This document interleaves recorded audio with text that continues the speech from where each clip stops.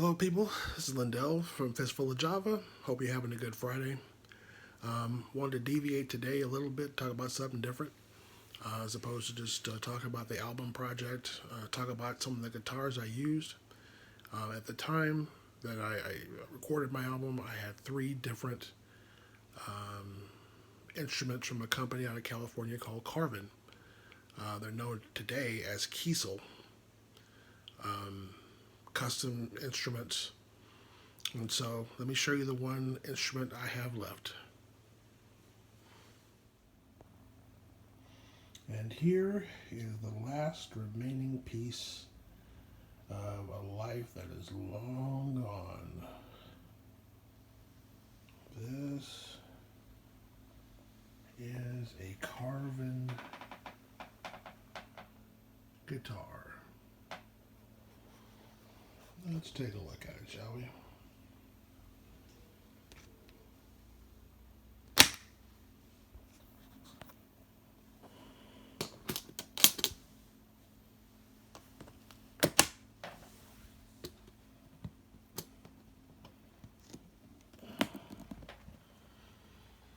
This thing hasn't seen the light of day in probably about 2.5 to 3 years. This is a custom build I had done to help with my album project, which I've talked a lot about on my channel.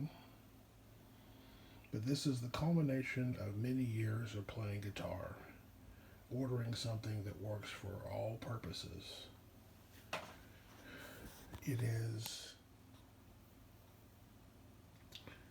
This is a neck through guitar. If you notice how it's built, the neck runs the entire length of the instrument. It's not attached here to the body. It goes all the way through. Changes the sound dynamic of the instrument.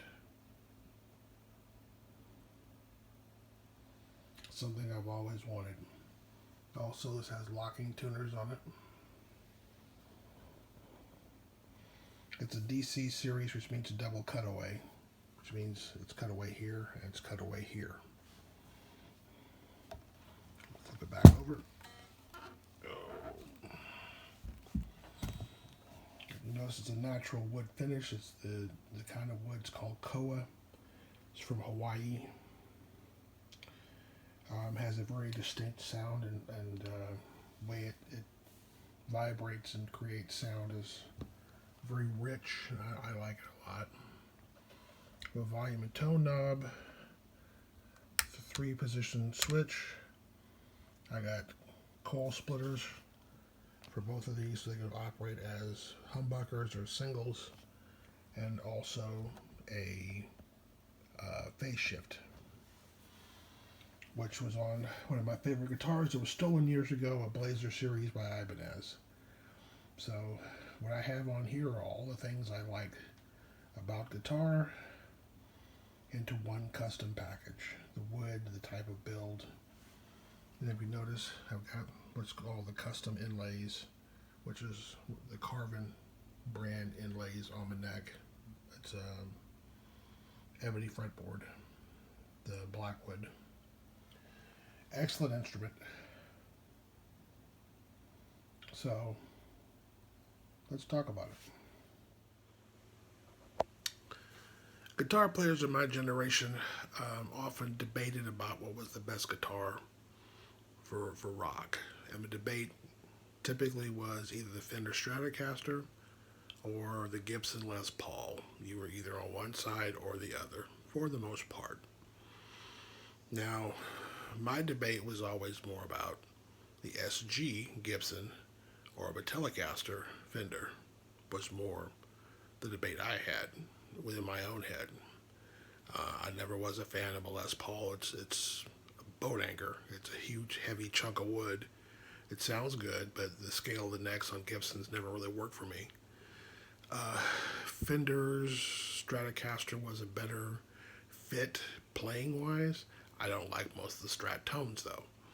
So, that wasn't much of a debate for me. So this guitar that I just showed you is more of a combination of an SG and a Telecaster. because I can get both kinds of sounds out of this instrument. Why am I talking about Carvin guitars in the first place? At the time I recorded my album, all of my instruments were Carvin, and I trust them completely, especially after I got this thing. This was the first custom I'd ever ordered, and it was beautiful. I didn't even play it for the first month I had it. I just sat on the stand and looked at it because it was a natural wood finish and it was high gloss and it just looked like a piece of art to me. So, and one of the reasons why I never bought into the concept of, what they call custom shop guitars. For those who don't know, custom shop is where an artisan at a particular company like Fender or Gibson makes a one-off guitar with extra inlays and different things that make a super fancy, usually very expensive guitar, in a $4, $5, $8, $10,000 range, or even more in some cases. And it says from the custom shop. Well, in my world, when you use the word custom, it means I had some input on the instrument that was built. So I never was really sold on the idea of custom shop. Carvin or Kiesel in today's world is a custom shop from the ground up. You have about 14 to 15 different kinds of guitars you can choose from, different models. You choose the wood it's made out of. You choose how it's dressed. Is it going to be painted? Is it going to be stained? Is it going to be natural? What kind of finish do you want on it? Do you want something medium gloss, high gloss, or do you want tongue oil? The radius of the neck. Usually it's 2 or 3 different pickup options to put on there. The electronics, the tuners. Do you want a stop tail piece or do you want a tremolo system on it? What kind of tremolo system do you want on it? You get to choose how the instrument is built. And once you order it, then they start building it. And you get, like what I showed you here, basically all of the stuff that I put on there is that's on there is what I asked for. That's custom. Anything that's not that is not custom, in my opinion. So, I've had, like I said, as many as 4 instruments. I've had 2 customs done and 2 do-it-yourself projects I did that came out of their store. Actually, they're based in California, Southern California, San Diego area. And every one of the instruments came out great. And the custom ones were, like I said, works of art in a box, basically, when I got them. Interestingly enough, they shipped and they got here, and the pre-builts were in tune right out of the box. It just holds a tune, so that's also pretty impressive. So I don't have a sponsorship with Carvin or Kiesel.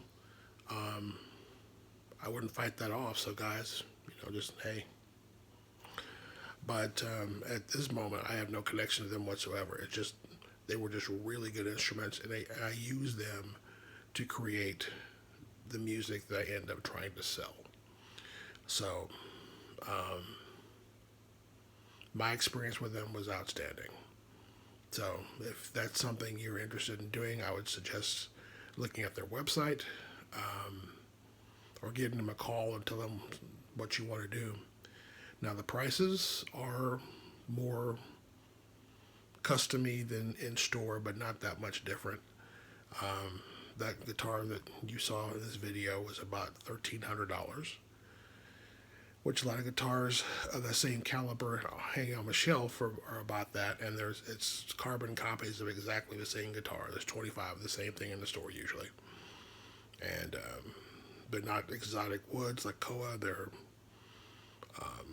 usually alder. They say they're American made. They may or may not be. And with the big 2, unfortunately, here lately, the last several years, their quality is inconsistent. Carvin guitars are always of the highest quality. You can go all over the internet and look up people who've had Carvin guitars built, and they show you their guitars, and they're always excellent builds. And for the money, half of what you would spend on other things. So, something to take a look at. Anyway, that's all I've got for today. Until next time.